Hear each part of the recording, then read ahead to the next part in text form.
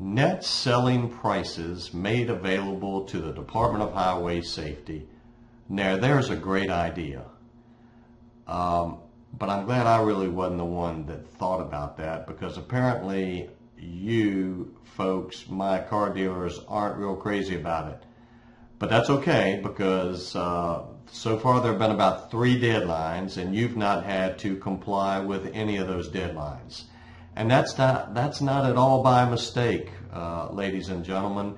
Your association listened to you. We heard your concerns about net selling prices being made available to others, whether it's vendors or other dealers being able to get to that information, and we responded immediately to your concerns.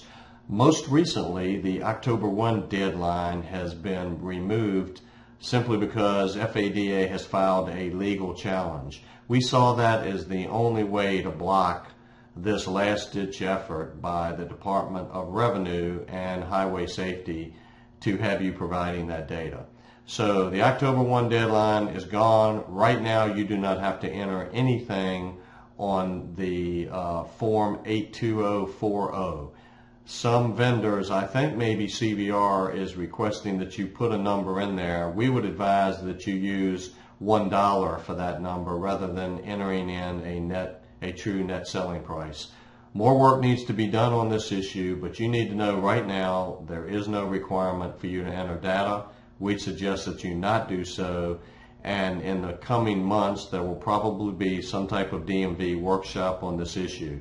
We're also going to approach the Department of Revenue because this initially came from them. They'd like to develop parameters for electronically viewing dealer sales tax on a monthly basis without looking at your DR15.